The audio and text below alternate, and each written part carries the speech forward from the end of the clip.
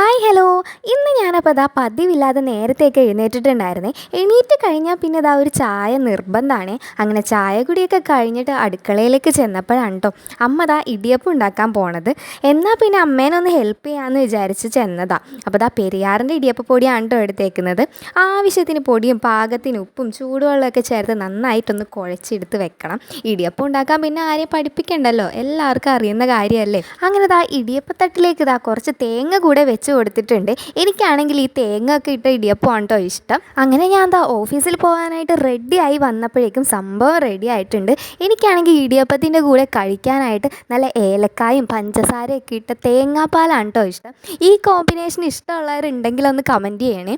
ഈ ഇടിയപ്പത്തിൻ്റെ കൂടെ ആ പാലൊക്കെ ഒഴിച്ച് നന്നായി കുതിർത്തിയിട്ട് കഴിക്കുമ്പോൾ എന്തൊരു ടേസ്റ്റാണെന്നറിയോ.